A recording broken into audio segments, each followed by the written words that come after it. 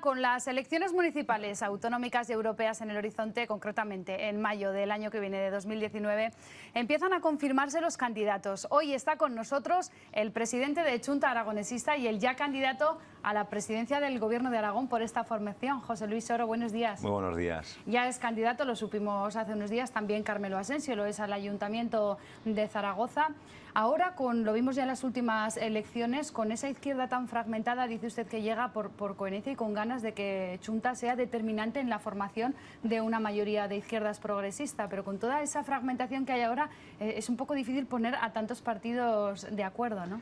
Yo creo que es muy bueno que haya variedad electoral, que haya papeletas diferentes, que la ciudadanía de izquierdas pueda elegir opciones diferentes. Ahora, al día siguiente de las elecciones, la izquierda tenemos la obligación de llegar a acuerdos. Así salimos desde Chunta Aragonesista. Yo confío en crecer. Hace 4 años, 3 años, en el 2015 ya fui candidato, repito, como candidato. Hace 3 años el objetivo era no desaparecer. Era un momento muy complicado para Chunta Aragonesista. Conseguimos seguir existiendo, conseguimos 2 diputados, tomamos la decisión arriesgada, audaz, de entrar en gobierno con un mal resultado electoral. Evidentemente, yo creo que las cosas han cambiado mucho. Ahora nuestro objetivo para el 19 es crecer, que el aragonesismo ocupe el espacio que entiendo que le corresponde, pero fíjate que a mí me preocupa mucho más que el resultado de Cha, me preocupa la suma. Como decía, que al final consigamos revalidar algo tan importante para Aragón como es una mayoría parlamentaria de izquierdas que permita que continúe habiendo un gobierno de izquierdas con sensibilidad aragonesista en el Gobierno de Aragón. Dentro de esa tendencia a la fragmentación también hay otra tendencia, que es a las confluencias por parte de partidos en la izquierda. Aún así, Chunta se resiste a participar de ninguna confluencia y sigue manteniendo su marca en estas elecciones. Nosotros no queremos disolvernos en ningún otro proyecto político. No somos sustituibles, somos diferentes, tenemos el aspecto fundamental, lo que nos identifica, que es el aragonesismo, un aragonesismo moderno que entiende el autogobierno como garantía del estado del bienestar y los derechos sociales, y por lo tanto teníamos la obligación, como depositarios de una tradición aragonesista, de preservar lo que somos. Ya digo, aguantamos un momento muy complicado hace 3 años, lo afrontamos el futuro de una manera muy diferente, pero yo no creo, el término fragmentación tiene una connotación negativa. Yo creo que estamos hablando de pluralismo. La izquierda es plural. Si la izquierda no es plural, no es izquierda, es otra cosa. Por lo tanto, creo que también es necesario que preservemos eso, ¿no? El pluralismo de la izquierda, que entendamos que somos proyectos políticos diferentes, que compartimos una parte fundamental, evidentemente, del proyecto político, pero que hay otras cuestiones que nos diferencian y no pasa nada. Yo creo que eso es de verdad la nueva política, no entender que partidos distintos son capaces de sumar pensando en la ciudadanía y son capaces de hacer grandes cosas a pesar de las diferencias.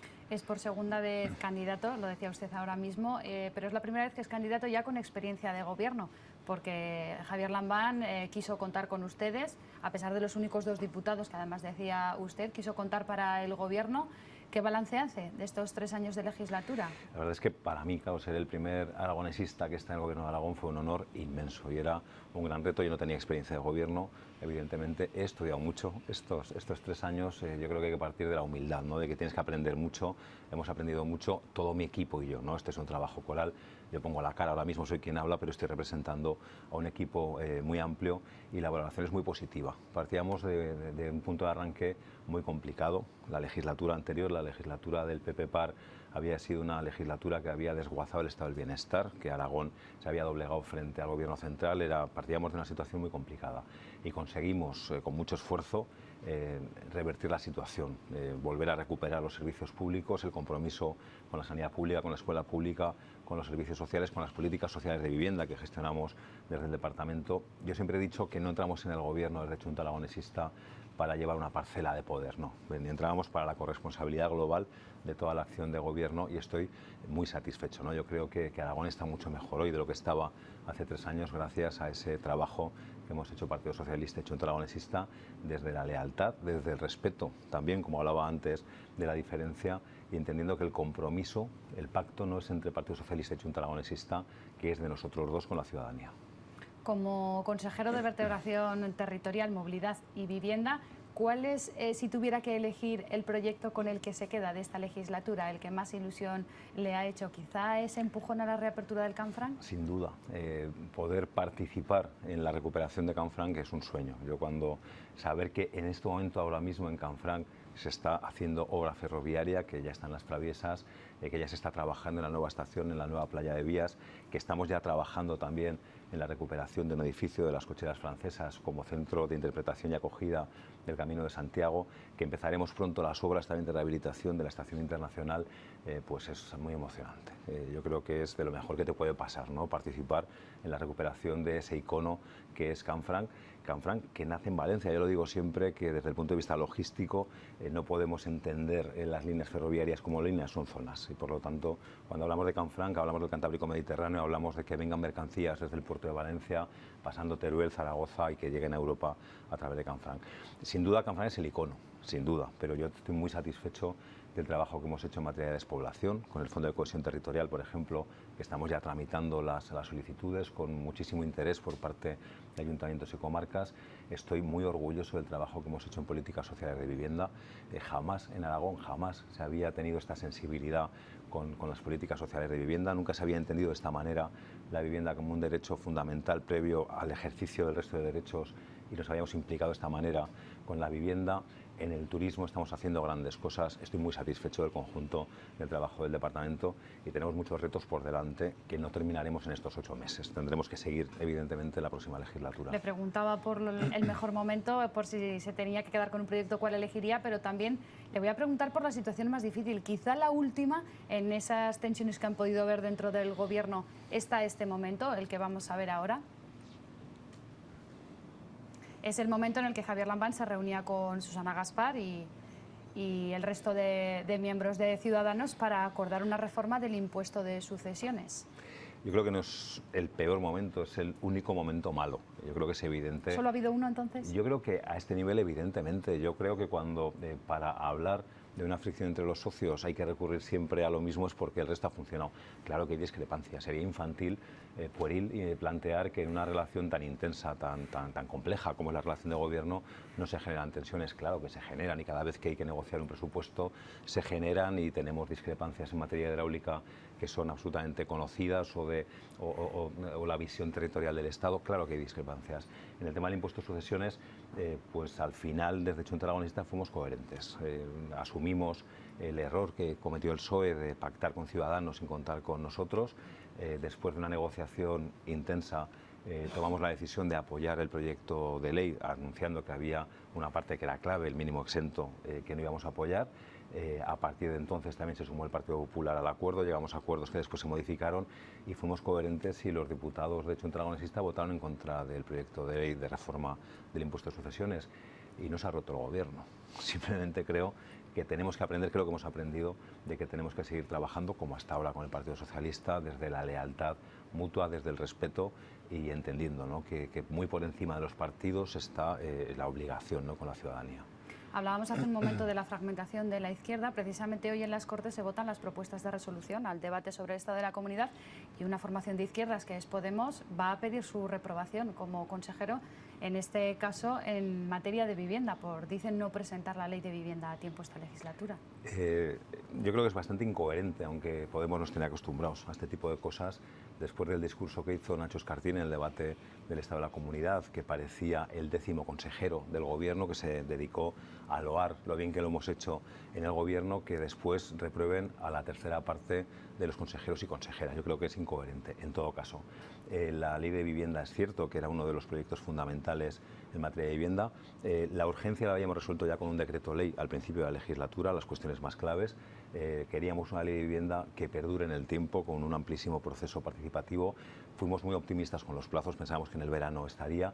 Finalmente va a estar este mes. Este mes lo dije ya el otro día en sede parlamentaria, lo repito hoy, finalmente el Consejo de Gobierno aprobará el proyecto de ley de vivienda o el próximo martes que hay Consejo de Gobierno o en el siguiente. Estamos esperando ya el último informe, que nos falta el informe de servicios jurídicos.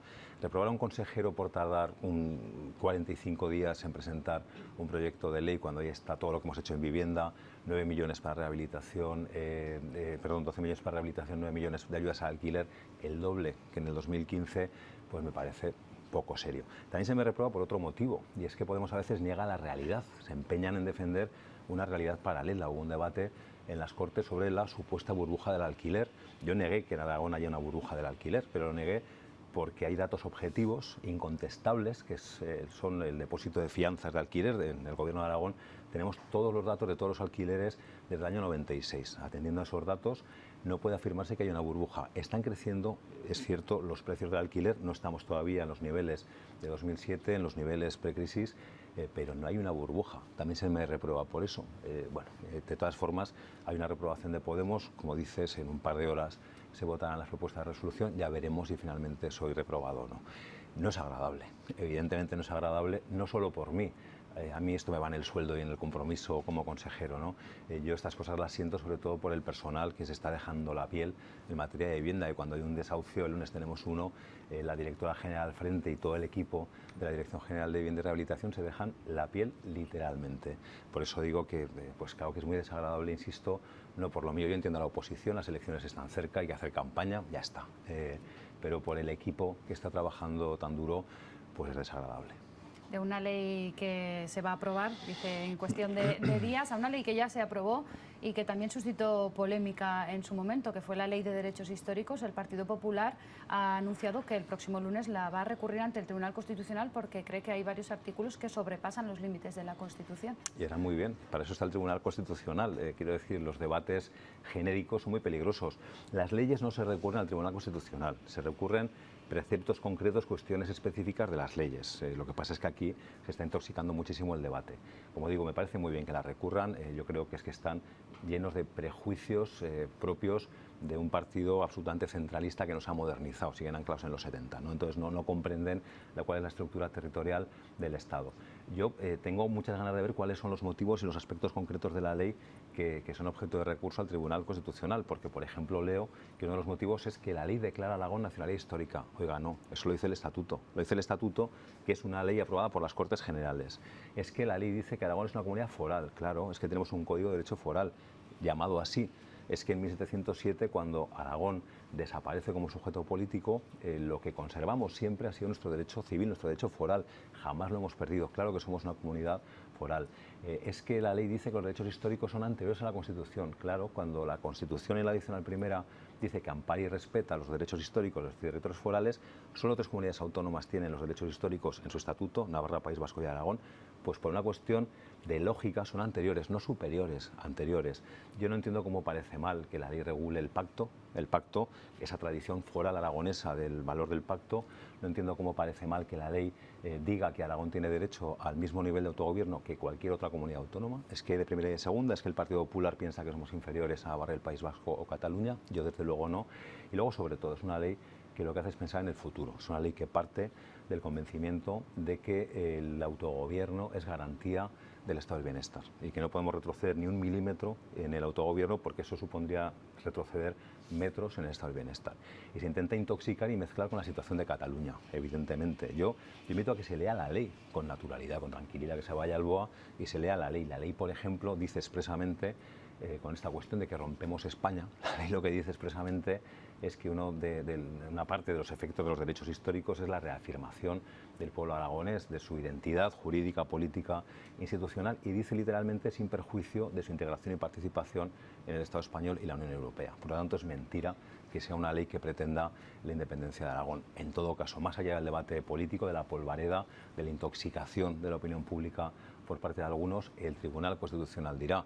Y nos gustará o no lo que diga. Sabemos que tenemos un Tribunal Constitucional muy centralista. Veremos lo que dice, pero al final yo creo que es muy bueno orientar estos debates donde hay que orientarlos, que es el Tribunal Constitucional. No lo veo ningún agravio, incluso si el Gobierno central la recurre, que diga el Constitucional, que tengamos oportunidad de defender los que pensamos que es una ley plenamente constitucional. Pues veremos qué dice y cuándo lo dice también el Tribunal Constitucional. Abrimos ya este tiempo de entrevista a los 2 colaboradores que nos van a acompañar hoy. Son los periodistas Chema López Juderías, buenos días. ¿Qué tal? Buenos días. Lola Ester, buenos días. Buenos días. Lola, comenzamos contigo. Sí, y es que me ha llamado la atención porque las primeras palabras que ha puesto sobre la mesa el consejero ha sido humildad, que no es precisamente una virtud que suele acompañar a los políticos. Pero a veces la humildad también se puede confundir con sumisión. Yo quiero pensar que la humildad efectivamente la acompaña, es la base de que se haya llegado, pues en fin, a consensos, a acuerdos, a que esta haya sido una legislatura bastante tranquila, sin grandes alborotos institucionales. Cuando hablo de humildad me refería a que yo evidentemente nunca había gestionado. Yo toda mi vida política ha sido 4 años como diputado, el resto llevo media vida, 25 años en Junta Aragonesista en un segundo plano, pero yo evidentemente no sabía lo que sé ahora. A veces me sorprendo, me oigo hablar y digo, ¿cuánto he aprendido? de carreteras, de transporte, de vivienda, de urbanismo, de turismo, de ordenación del territorio, me refería a eso, ¿no? El llegar a los puestos públicos y más si son de gestión de responsabilidad de gestión, con la humildad de saber que tienes que aprender y que tienes que estudiar, y yo he estudiado mucho y sigo estudiando, me refería a eso. Yo creo que de lo que estás hablando es otra cuestión, que es de estar convencido de que la vía es el diálogo. El diálogo interno con el Partido Socialista, el diálogo con el resto de la sociedad. La semana que viene, por ejemplo, tenemos un conflicto muy serio con los taxis y la VTC. Ayer hubo mesa de directores generales. ¿Qué hemos hecho? Pues nos vamos a reunir la semana que viene ya con el taxi y con la VTC. A eso me refiero también, ¿no? La cuestión de que hay que hablar con todos los sectores, que hay que escuchar a todo el mundo. Luego hay que tomar decisiones, hay que ejercer la responsabilidad, defender las decisiones que tomas, pero yo creo que el aspecto que hablas es más ese aspecto de diálogo. También con el Gobierno central, en materia de ferrocarril, Chema lo sabe muy bien, porque en Teruel generó mucho impacto esta cuestión. Dimos un puñetazo encima de la mesa, dijimos, ya vale, no puede ser que estemos financiando desde Aragón los trenes que debería pagar el Estado. 3 años después seguimos hablando con Fomento del tema, pero al final no agachamos la cabeza y dijimos amén. Ahí a eso me refiero. Humildad, pero casi como un elogio, quiero decir, porque parece que a la política llega todo el mundo aprendido, resabiado, es decir, y cuando usted dice, no, he venido y estoy aprendiendo, es decir, que lo hacía más como elogio que como reproche. Pues te lo agradezco mucho, te lo agradezco mucho, y realmente yo creo que cuando alguien se cree que llega a un puesto de responsabilidad porque es el mejor y tiene muchos méritos, tiene un problema. Normalmente llegas a los cargos de responsabilidad porque estás en un partido en un momento dado, internamente te mueves, se vota y llegas. Después te tienes que ganar el puesto. Yo esto lo tengo clarísimo. Yo cuando llegué no era digno de este puesto. Creo que ahora sí. Hablo de mí, pero hablo de todo el equipo que he tenido. Yo tengo un equipo maravilloso a nivel más político, directores generales, gerentes, el gabinete que me arropa, que me apoya, que me mima, que me cuida, ¿no? en el día a día, y tenemos unos funcionarios y funcionarias maravillosos en todas las áreas. Yo creo que es un problema cuando se te infla el ego por estar en un puesto de responsabilidad. Yo creo que hay que ser muy consciente de lo que estás y desde la responsabilidad precisamente asumir que tienes que aprender. Es que esa es la constante. Buenos días, consejero. Yo le voy a pedir que se cambie la chaqueta de candidato de Chunta Aragonesista y que se ponga ahora la de consejero de vertebración del territorio. Le voy a preguntar, tengo que hacerlo por la manifestación del próximo domingo en Valencia. Todos los televidentes saben que se moviliza la ciudadanía para reclamar el Cantábrico Mediterráneo. Y todos somos conscientes de que al final ese proyecto estará en Europa y Europa lo financiará siempre que el Gobierno central presione lo suficiente. ¿Qué sensaciones tiene usted? ¿Cree que al final el Gobierno central lo va a conseguir y al final vamos a conseguir que ese proyecto vertebrador de Aragón y de España esté en Europa? El Cantábrico Mediterráneo es un proyecto de largo alcance en lo ambicioso, pero también en la reivindicación. Ahora hemos tenido un problema muy serio, que es con el mecanismo Conectar Europa. El que nos está permitiendo financiar Canfranc, para que se entienda, excluyó una parte del corredor Cantábrico Mediterráneo entre Valencia, Teruel y Zaragoza. La parte de Zaragoza hacia la cornisa cantábrica sí que está incluido. Eso suponía no poder obtener financiación europea, como sabes muy bien, para la ejecución. Ese fue un problema muy serio y creo que se ha reaccionado muy bien, socialmente, desde la sociedad civil, desde los medios de comunicación, desde todos los ámbitos, también políticamente. Yo creo que la clave era, como yo ya lo hice en el verano del 15, nada más llegar, irme a Valencia a reunirme con la consejera valenciana, a trabajar conjuntamente en el desdoblamiento de la 232, en el ferrocarril. Como digo, se ha trabajado bien, hemos conseguido implicar al ministro, la implicación de los presidentes de Aragón y Comunidad Valenciana son claves, y yo estoy convencido que vamos a ganar la batalla en Europa. Es una cuestión de sentido común. O sea, el Cantábrico Mediterráneo es puro sentido común, es unir por ferrocarril los puertos del Cantábrico y del Mediterráneo. Vuelvo a insistir, vinculado al proyecto de Canfranc, y yo estoy convencido de que vamos a ganar esa batalla. Pero nos tenemos que cargar de argumentos. Esto no solo es una cuestión nostálgica, una cuestión de que estamos olvidados, no, es una cuestión logística, de competitividad y de desarrollo. Y tenemos que tener una línea ferroviaria para viajeros y para mercancías competitiva. Hoy mismo, vamos a publicar hoy mismo, ha coincidido así, desde la Fundación Transpirenaica, desde el Gobierno de Aragón y otras administraciones, vamos a licitar un proyecto para el desarrollo de un estudio sobre el impacto que tendría la implantación de un ferrocarril de altas prestaciones, que es la clave, de altas prestaciones en Teruel y en el conjunto de Aragón. Se publicará hoy y el año que viene tendremos ese estudio. Y además del trabajo político que estamos haciendo, junto con Valencia, influyendo e impulsando al Ministerio de Fomento. Hay que seguir manteniendo la movilización social. Yo no iré con esta chaqueta de consejero, iré con la chaqueta de ciudadano y militante de Chunta Aragonesista, pero por supuesto en Valencia el domingo estaré. Hay que estar, hay que llegar allí a reivindicar el derecho que tenemos a tener un futuro en el que la logística en Teruel, pero en el conjunto de Aragón, es clave. Por cierto, que vamos a seguir hablando en unos minutos de esta movilización que será el domingo en Valencia a partir de las 11 de la mañana.